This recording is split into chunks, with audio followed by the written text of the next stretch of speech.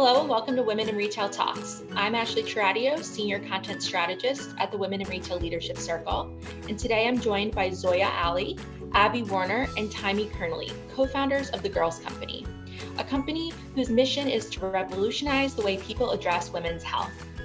Today we're going to be chatting about how The Girls Company was created after the founders met in an entrepreneurship class, how they just launched their best-selling product with Target.com, and so much more. So ladies, thanks for joining me today. Of course. Thank you, Ashley. So like I mentioned, you guys founded The Girls Company after meeting in a class. Can you tell us a little bit more about that and how the company formed? Sure. Hi, this is Zoya. So the three of us met in an entrepreneurship class, like Ashley mentioned, and the three of us were placed into a random group together in that class, which was pretty crazy because there's only 6 girls in the whole class. And so 3 of us randomly felt kind of like fate. The 3 of us clicked immediately. And the premise of that class was to solve a pain. And we knew we wanted to do something to help women and women's health. And periods just emerge as something that each of us struggled with in different painful or uncomfortable ways. But we didn't want to just make a solution based off of our pains, because there's so many women that have periods and different experiences. So we wanted to really validate and figure out where the deepest pains were. So we did a bunch of interviews with women and asked them what their deepest pains were, and sat with them for hours and hours listening to them. And majority of people said that it was cramp pain. So we decided to focus on period cramps and see what we could do there. And so we first started seeing, okay, what are people currently using for their cramps? And the 2 main solutions we were using were heat or medication. And we weren't going to make a medication because we didn't have the medical know-how or billions of dollars to spend on that or like anything. And also medicine, like I have really bad cramps and that didn't ever work for me. Heat only ever worked for me. So we decided to focus on heat, but the problems with the heated solutions were that they were mostly all stationary. So it was like an electrical heating pad, a hot water bottle, rice pack. So you could use all of them laying down or like next to an outlet, which is not practical because you still have to be able to go out, live your life and do things you need to do on your period. You can't just stop. So our main goal was to try to make a portable heated solution. So we made like our first prototype was like, a portable rice pack, and it smelled terrible. It leaked rice. It only stayed hot for like 30 minutes, but people kept reusing it and reheating it because it worked to help their pain. And so we were like, all right. And then we made another prototype where we like took, Abby had like a Spanx tank top that we cut up, and we used some like toe warmers from Costco, and we put those together and gave it to more people to test. And the response we got was better. So we kept making more prototypes. And by the end of the class, we got such great feedback from people that we decided to continue with it as an actual business. So the 3 of us were like, all right, let's do this. And that's kind of how we started and came up with it. That is so cool. So you mentioned the product and how it's a solution to help with period cramps. What is the band and how exactly does it work? Yeah, so it's a nylon spandex blend, and there's these pockets going all the way around. So there's 6 pockets. And then we have these super thin oxygen activated warmers that go inside the pockets. And so it allows you to have heat all the way around because a lot of people also get back pain on their period, on their lower back. And it has a clasp, just like a bra clasp. And the heat lasts for 8 to 10 hours. So you can wear it all day long under your clothes. And we've worn it under everything like leggings, cocktail dresses. You really can't see it. And so you guys just launched the band with Target recently. I was hoping you could tell us a little bit about the process of partnering with such a large retailer and maybe why Target was the right fit. Yeah, so we wanted to be extremely careful as we went into retail because as we started, our company brand was super important to us. And we still do a lot of direct to consumer. That's how we started as a brand. And so we wanted to make sure that the retailer that we were partnering with would value our brand as much as we did. And so we felt like Target was a great fit for us, not only because they take such good care of their brands, but because there's a positive brand recognition with Target. And a lot of our like target audience, our target demographic shops there. And so we just thought that it would be a really good fit. That makes sense. Could you talk a little bit about the process of partnering with them? Yeah. You guys are such a small company, how that came to be? Yeah, actually, I'm not sure if this is good advice for everyone, but we had a friend who worked with a broker who works with Target, who reached out to us. So that's pretty unusual for them to reach out to us. And then, yeah. And then, so I was like, I'm not sure if we're the best people to give advice on that. But that's great. Yeah. For you. So the COVID-19 pandemic set back a lot of business plans. Did it affect the girls' company at all? And if so, how did you have to pivot your strategy? Yeah, this is Zoya. So one thing we got lucky in is that we got our product in January of 2020. So like pretty much from China. So pretty much right before things really like hit the fan, we were lucky to have gotten our product. But then because of that, we like started our business pretty much during COVID, which was a struggle. Then we were all together at university in the beginning, and then I moved back home to Texas.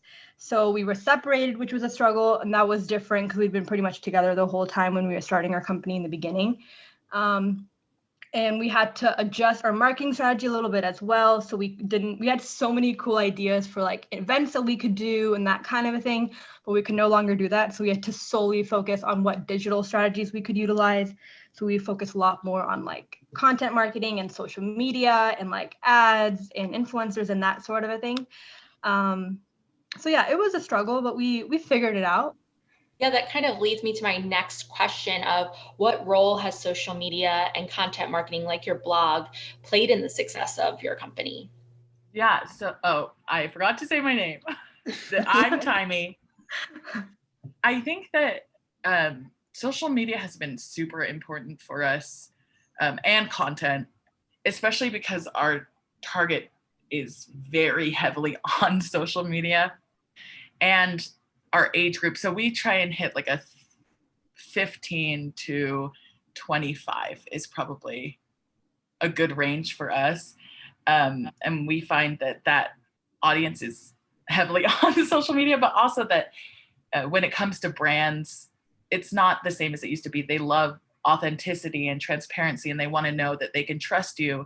And so social media is a great place for our brand to show who we are as people, and that we're not just a big corporation, a big faceless corporation, but that we're people, and we want you to be a part of the brand. And that was really important to us. And also creating reels and TikToks has helped grow our brand pretty quickly. And so for new brands starting up, I think it's important to get on all those things. Yeah. Is your content marketing, like your blog, is that internally, or is any of it created by consumers themselves? Yeah, so the blog itself is created by us. So mostly because we are small, so we create our own blog content, but it also helps us connect more deeply with the people we create content for. Some of our content is user generated on social media. We work with influencers who do posts, we do reposts, etc. on that end. Gotcha. So the Girls Company also offers a subscription service. Have you seen more consumers utilizing the subscription service, since most women obviously get a period each month, or are consumers more interested in buying the product just separately, like one-offs? Yeah, so for us, when we first kind of started coming up with the idea, in our minds, it just made a lot of sense to have a subscription service. Oh, sorry, this is Abby talking. I'm so bad at this. We did not do that well. It made a lot of sense for us to have a subscription because periods are monthly. And we've seen a lot of success with that. Of our direct-to-consumer customers, we have about 60% sign up for this subscription and about 40% just purchase it as needed. Because some people, it's really variable how often people have cramps. So some people don't need as much as other people. Some people only get cramps every so often. But yeah, we've definitely seen a lot of success with that. And I think it is because obviously periods are monthly. And we also try and make it fun. Like we make our subscription packaging really fun, and we always add like a little note in there. And then every other month we'll do like a little gift. So we try and make it something that hopefully lightens their month and makes something that is kind of terrible and not exciting a little happier. Yeah, I love that. And so I thought we could end by you guys, giving any advice that you have for other young entrepreneurs who are just starting out. And we probably have time for if each of you want to give a piece of advice. If not, totally fine. Yeah, this is Zoya. So there's a few things I would say. I would say if you do have an idea, just go for it, start it. There's no better time than to start something when you're younger. I think we started as students, and it was so great for us because at that point, like there's less risk. You are at a point in your life where you can experiment more and try new things. And if they fail, it fails, but at least you tried and you are going to learn a lot. I would also say if you do have an idea, validate it, make sure that it's not just a problem that you experience or a few people experience. Like go out there, talk to people, get their feedback, get their answers, get their experiences. That really helps inform your solution a lot better when you validate, and it can save you time if it doesn't end up being as big of a problem as you think it is. And I would say ask for help, because I mean, it's probably going to be your first company. Like it's our first company. And so the mentors that we had really, really helped us avoid some mistakes. I mean, we made a lot of mistakes, but we also avoided mistakes that like they were able to give us advice on. And I mean, like, just ask. What's the worst they can say? No. And we actually found that like just asking, people were so willing to talk to us and to help us out. And we were really lucky with that. So yeah, those are 3 things I would say. Way to take all the advice. So. Yeah. I got one that I've been thinking about. I think, yeah, Zoya took everything. She knows us too well. I think an important thing for young entrepreneurs, not just starting out, but if they've been going for a little bit, is just to keep going.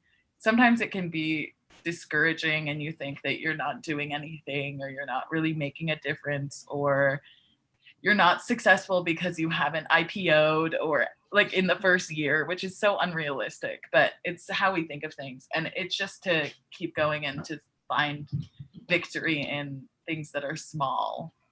Like for us, one of the things that we really enjoy is just reading reviews of the product and how it changes people's lives, and that can help you think, okay, I can do it again for another month. Yeah. Or whatever. So I think that's really important to hear. Yeah. And this is Abby. I'd say going along with that, I think something that's really helped me and all of us is doing something that we're really passionate about. It just helps you to make it through all of those bad days, and that passion has kept us going. And like Taimi said, like remembering that we are doing something that actually helps people, and also just having good people on your team and good co-founders, I think has made all the difference for us as well. 100%. Well, Zoya, Taimi, and Abby, thank you so much for joining me on this episode of Women in Retail Talks and sharing your insight. Of course. Yeah, of course. Thanks for having us. Yeah. Thanks for listening. For more information on this podcast, please check out our podcast channel page at womeninretail.com for show notes. Women in Retail Talks is available on Apple Podcasts, Google Play, Stitcher, and Spotify. Make sure to subscribe on our podcast channel page as well. If you've enjoyed this episode, please take a few moments to rate and review this podcast. Thanks, and until next time, this has been Women in Retail Talks.